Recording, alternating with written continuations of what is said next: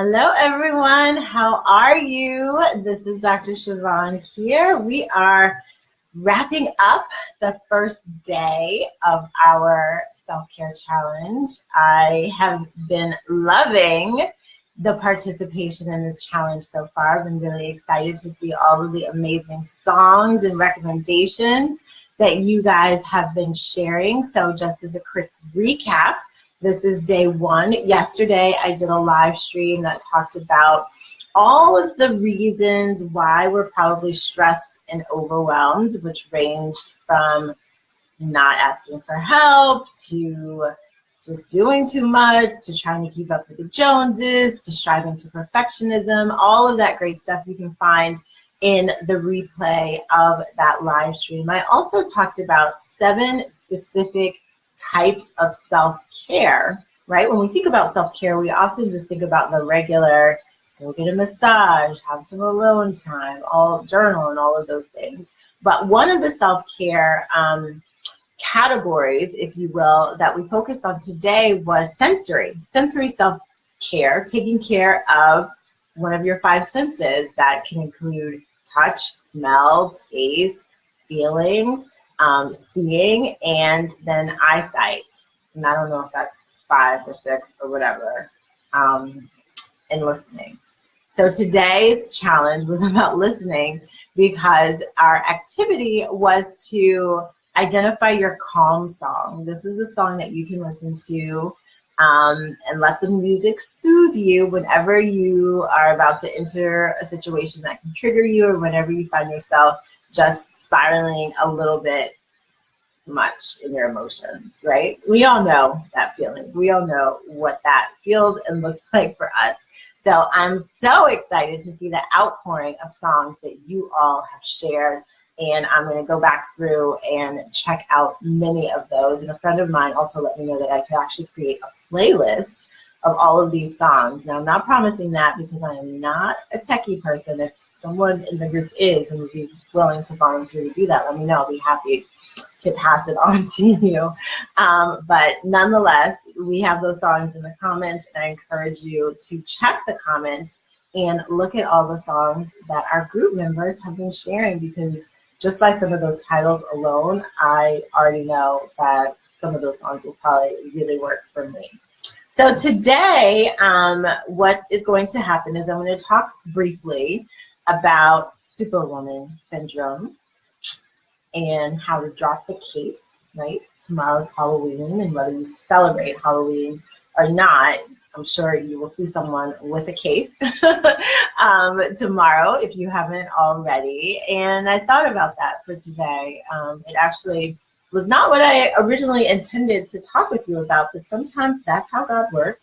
And as I was giving my daughter a bath, this idea came to me to talk about Superwoman syndrome and how to drop the cape, shed the cape.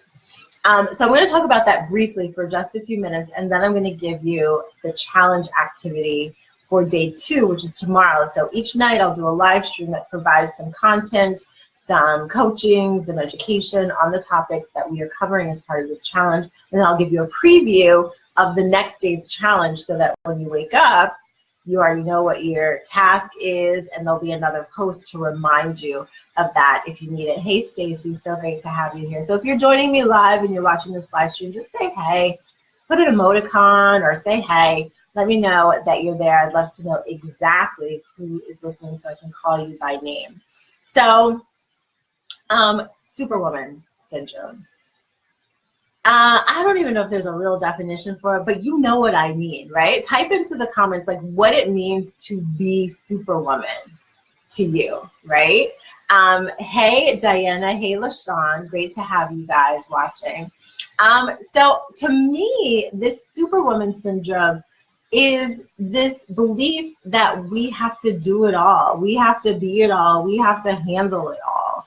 And if you watched the live stream yesterday, you'll remember that I talked a little bit about that in terms of not asking for help, in terms of striving for perfection, in terms of trying to keep up with other people. And I think all of that gets us on this cycle of craziness, right, that has us overwhelmed and stressed out. And so to me, this Superwoman complex is just like, I have to do it all. I have to be it all. If I don't do it, it's not going to get done. If I don't do it, it's not going to be right. If I don't do it, it's not going to be on time. And doing everything without help. Awesome, Stacey. Yeah, I agree with you. And hey, Regina, great to have you on here too. So that's a great synopsis of it, doing everything without help. And so even with that, right? And thank you for that, Stacey. I love the simplicity and directness of that. That's exactly what it is. Like, but why? Right? Like unrealistic expectations based on limited time. Yeah. And that just has us stressed out and overwhelmed and not taking care of ourselves mentally, because then we tell ourselves, I don't have the time to do it, or I can't take the time to do it because someone else is depending on me for something. Someone else has to have me do something in order for them to eat, sleep, whatever it is that they need. And so, doing all of this without help, right? But why? Like, why don't we get the help? Why don't we get the help? And I was confronted with that today for myself. I'm probably confronted with it every single day. And I really had to just sort of pause and assess what was going on for me. And I encourage you all to just get into that practice. Like whenever a negative emotion comes up for you, whenever you're responding to a situation that doesn't feel pleasant, that doesn't bring you peace, then just take that as a signal to pause and think about it. Like before you say anything, before you react, before you even act, just pause and like think about what's going on for you, right? And so, for me, a lot of times what ends up happening is, as it relates to caring for my children, right, I wear this Superwoman cape. Like, well, I just have to do it. Like, it has to get done, and I have to be the one to do it because no one else is jumping up to do it.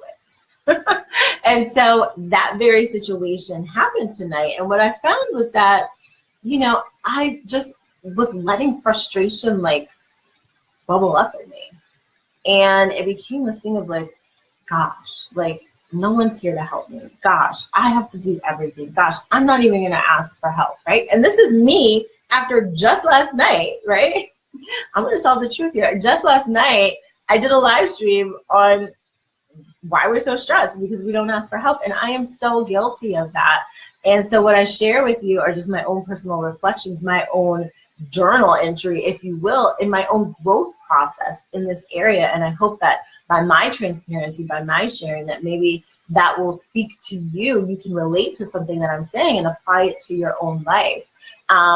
It's so you, Diana. Yeah, it's expected by your family. Exactly. But why is it expected by your family, Stacey? Right?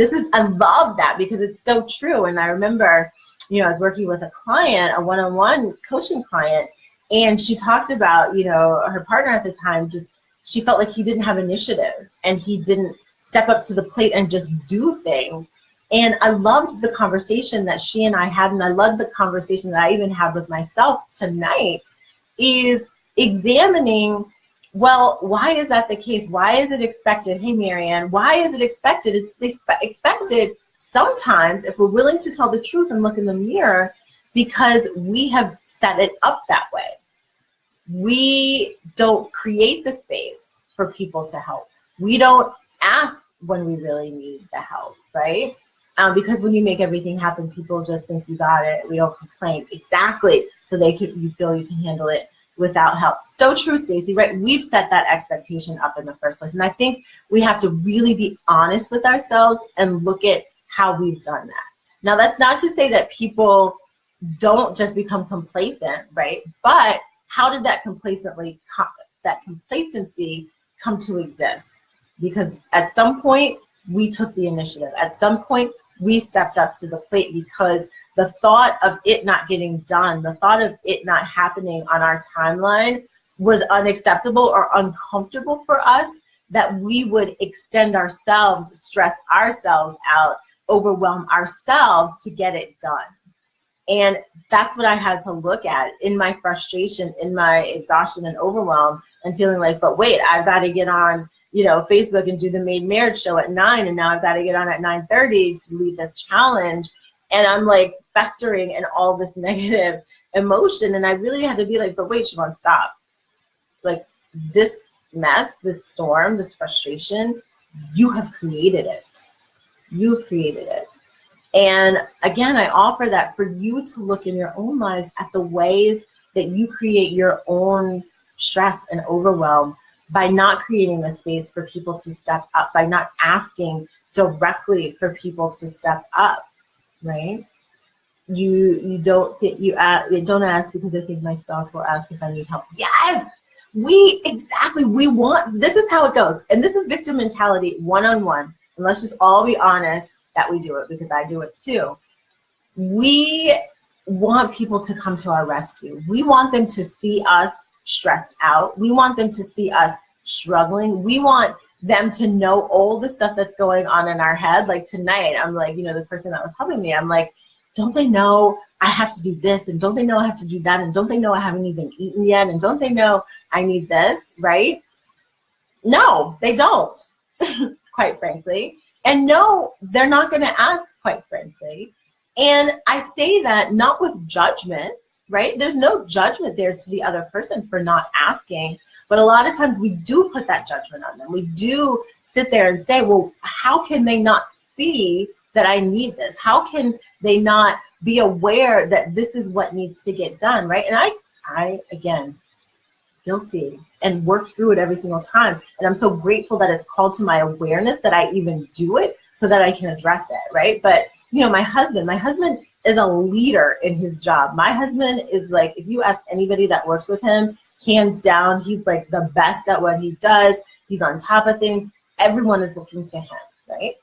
And so I know that about his personality. I'm like, at work, you have a very stressful job where you have to do a lot of multitasking.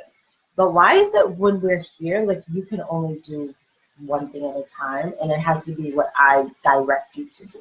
Right? That's a conversation I've had. I've stopped having that conversation with myself. I'm grateful. But I do have slip-ups sometimes. I'm telling you the whole truth here. I do have slip-ups sometimes, but I know how to clean it up, and I know what to do with it now. But it's like, why can you be such a high performer at work and then such a bump on the log here at home? Like, I don't understand that. You're the same person. Like, why does that happen, right? And I had to really begin to look at myself, at the ways that I create that very scenario here, right? Because if he does something with the kids and it's not the way that I want, I'm like, no, but what, you should do it this way. And so we incapacitate people unknowingly because of our desire to control, because of our desire to get things done a certain way on a certain timeline in the way that we want them done, okay? So how do we get rid of that cave, right? How do we stop shouldering the burden? How do we stop creating these experiences in our lives where everyone else is sitting around us on easy street and we're the one living the hard knock life? Like, how do we do that? How do we do that, right? I thought about it, and I wanted to share with you some ideas. And this really, the first one was a reminder from my husband even, that I really appreciate that in the moment I was like, But when I sit with it and open myself up to receive it, it is so true. And I believe probably the number one point of these 4 points that I'm going to mention for how to shed the cape, right? So the first one is we have to believe, well, yes, Stacey, ask for help, absolutely. But even before asking for help, like, how do you even get to the point of wanting to ask for help? Because again, we all have the same story. Like, I shouldn't even have to ask for help, right? I shouldn't even have to ask. They should just know. So I believe before we can even get to that point of asking for help, we have to do a little bit of thought work, a little bit of soul work.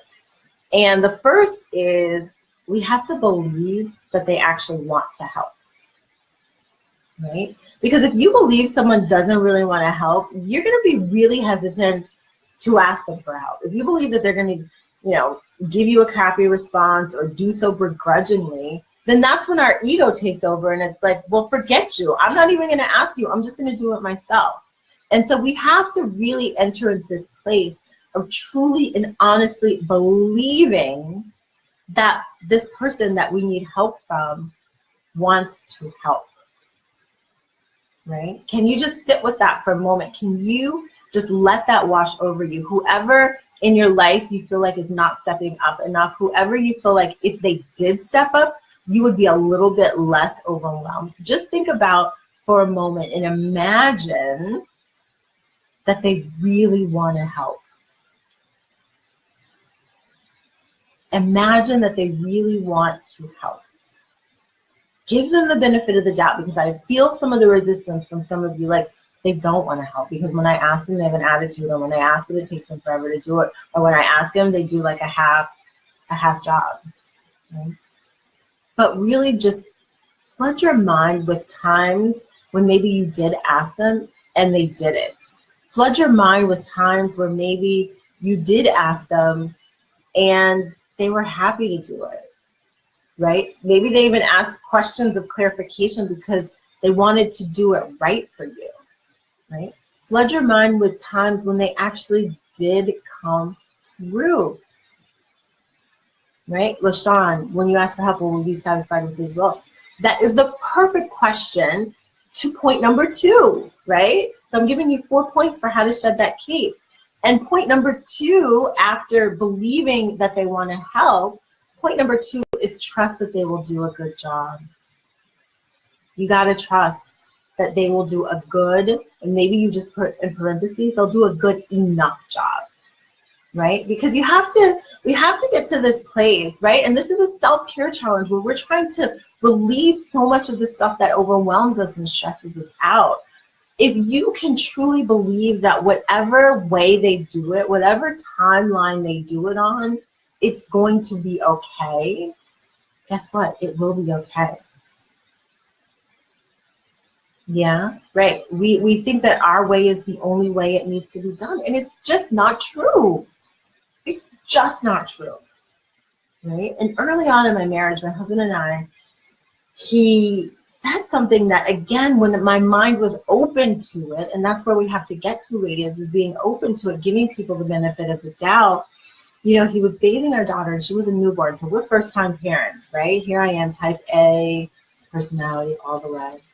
And he's bathing our daughter, and he's washing her hair, which was a high-stress task because, right, you don't want to get too much water in her ear. You don't want to get too much water and soap in her eyes, right? All of the things, right? And so he's giving her a bath, and it's not at all the way I would do it, like not at all. And he's like, Siobhan, like you have to realize, like it doesn't have to be your way. And I really got that. Like there was something about the way he said it. And again, we weren't like arguing. There was no beef. He was just making a point that I was ready to receive.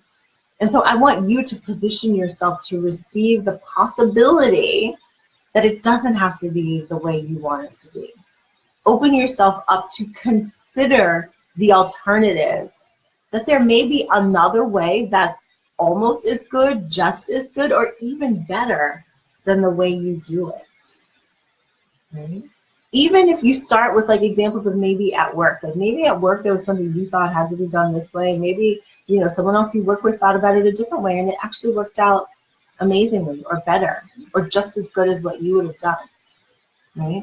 It's so hard for you to do that, Diana. I know it is, I know, but sometimes you just have to like test it out. Just test it out and see, right? Because a lot of times, right? And one of the things I talked about yesterday was like we spend our times stressing about things that don't even matter. We spend our times focused on things that don't even matter. The things that you're so worried about someone else messing up or not doing the way that you want to do it or not doing it on the timeline that you want to do it, at the end of the day, is it an emergency? Is it an emergency? Is someone's life or death at stake? If the answer is no, then I promise you your way is not the only way that it can be done. And I encourage you to sit down and let someone else do it. Even if just for an hour, a day. Just sit down and experience what that feels like to let someone else help you. Because I promise you, When you can do that, you will almost become addicted to it. Because guess what? That's what they're doing. They've become accustomed to you doing it all, and they've fallen in love with the feeling of being taken care of watching you and knowing that you're going to handle it. But what if you could flip the table? What if you could flip that script where you can rest in the comfort and the peace and joy in knowing that someone else is doing it and they're going to do a good job? I'm just saying, just try it. Just try it. We don't even give ourselves the opportunity to have that experience because we think we have to do it, right? That would be so great. It would be so great, LaShawn. It would be so great. I know, right? Number 3, right, and how to shed that cape is to focus on the outcome, right? Focus on the outcome that you want to happen. So what is the task? What is the responsibility? What is the thing that needs to get done, right? So back to this example of my husband bathing our daughter when she was a newborn. At the end of the day, the one thing that needed to happen was that she needed to have a bath, period. It didn't mean that she needed to have a bath at 7 p.m. It didn't mean that she needed to have a bath with 98.8 temperature water. It didn't mean that she needed to have a bath where first you wash her face, then you wash her arms, then you, like, all of that, unnecessary details. But that's what we focus on, and that's why it's so hard for us to let things go. But if you just focus on what needs to happen, the kids need to eat. If they eat a piece of bread with jelly on it, guess what? They've eaten, right? The kids need to get to practice. If they get to practice, even if it's late, even if they don't have everything that they need, like if they get to practice and they practice whatever skill they're supposed to be practicing, the task has been accomplished, right? But we create all these standards of it has to be at this time and it has to be this way and it has to happen the way I would do it. Not true. Not true. It doesn't. It absolutely doesn't have to happen the way you think it should happen. Try it a different way. Try to sit down and let someone else do it and just watch it and let it be. This is about self-care, releasing some of the stress and burdens in our life, okay? So that was point number 3, was to focus on the outcome. So what is the thing that needs to get done? Just look at the thing that needs to get done. It's a yes or no question. Did it get done? Yes or no? Or will it get done? Or can it get done? Yes or no? It may not be on your timeline, it may not be the way you would do it, but that's okay. Right? So that was point number 3. And then point number 4 is being comfortable being uncomfortable. Because that's what this is about. Asking for help is an uncomfortable position because then we have to admit that we can't do it all. Then we have to rely and trust and depend on someone else that we're not entirely sure is going to come through for us. But we have to trust ourselves in that process to know that even if they don't come through, even if it doesn't happen on our timeline, even if it doesn't happen the way that we would like for it to happen, that we will be okay, that it will be okay, that all will be well. And that is a place of uncomfortability. It's not fun to admit that we can't do it all. It's not fun to have to depend on someone else. It's not fun to look at how we may be setting ourselves up in the first place for all this stress and overwhelm, right? It's not fun to not be Superwoman because everyone admires Superwoman. Everyone's looking up to Superwoman. Everyone's depending on Superwoman. And we like that feeling. For as much as it stresses us out, for as much as it makes us overwhelmed, our ego is fed because we are needed. And there are things that we do that no one else can do, quote unquote, in our own mind at least. It's not true. So again, the 4 steps to shedding your Superwoman cape is believing that someone else wants to help you. Trusting them to do a good job. Focusing on the actual outcome and not the process of how it happens and when it happens, but what you want to happen, what you need to happen. And 3, being comfortable being uncomfortable. Okay? So, as we prepare for tomorrow and day 2 of this challenge, your exercise or your challenge activity is actually a journal writing activity. Now, you don't actually need a journal. You just need to write this down. You can write it in any notebook, random piece of paper, whatever. But I want you to actually, if you can, write it by hand. As I mentioned in the live stream yesterday, there's actually, something very powerful about putting pen to paper. And that process of having your hand connect with your thoughts and your words and to string them along on a piece of paper provides a much more intense, reflective, powerful experience than just thinking about stuff, which we often do. I know I go to conferences, to workshops, to things, and they're always like, get your notes out, write this down, and I don't. And then guess what? 10 minutes later, I'm like, I have no idea what we just talked about. And I'm wanting it because it was so good in the moment, right? So journal exercise, write it down, put your pen to paper. And I'm going to read these questions now, but of course, I will post them in the group tomorrow morning for our challenge posts so that you can see them there. But if you have the time tonight and can get to this, that would be awesome. So the first is, why don't you want help?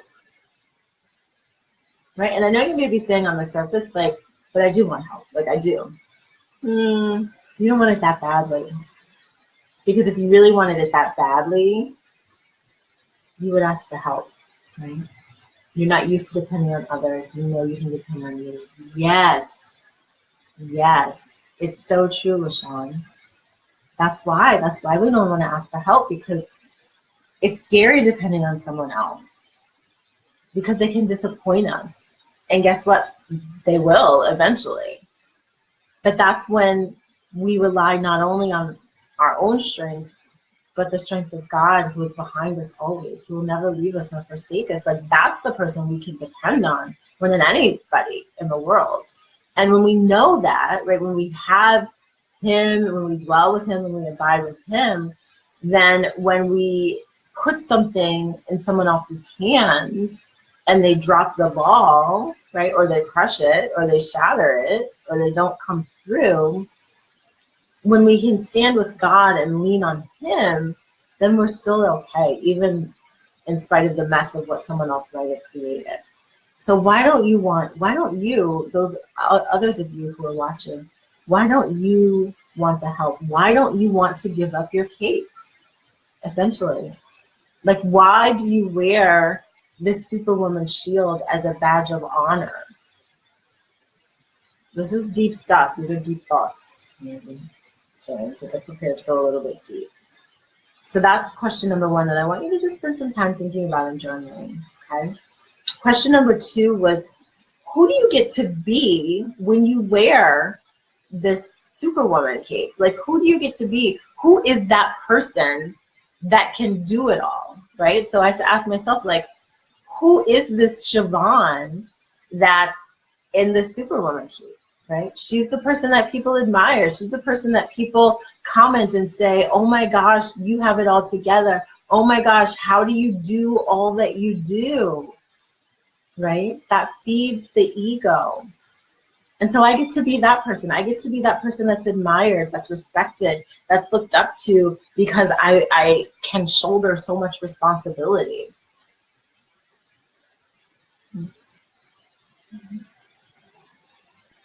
Yeah. But is that who I really want to be, right? And that's the next question. Like, why do you need to be that person? What benefit do you get from people being able to comment about all that you're doing and all the tasks that you're completing? Like, why do you need to be that person? Why can't you be the person that has things a little bit easy in life? No. Right? Why do you need to be that person? And then related to that is, what role or image or expectation are you trying to fill, right? So for me, I'm the oldest child, and so I know by my existence and by my birth order that I am a role model to my siblings. I'm a role model to others, especially now that I'm doing the work that I do. I know that my role is a role model, whether I selected it or it was bestowed upon me. I know that. And so with that comes a set of criteria and expectations that I put on myself, like, well, if I'm a role model, then I should act this way. If I'm a role model, then I must do this. And it's not true, right? I came on here just now, right, as the leader of this group, and shared how I fall down sometimes. And I also share how I get back up, right? And so as you think about your inability to shed this Superwoman cape, like, what role or an expectation are you trying to fulfill by wearing it all the time? And why? And underneath that, who are you really? Like, when you take the cape off, when you take the whole Superwoman persona off, like, who are you really? What's left? Who are you really? And who do you really want to be? Do you want to be a woman who only depends on herself? Or do you want to be a woman who can rest in the assurance and the love and support and help from others in her life? I'm picking the second one. And yes, it will take some work to get to that place.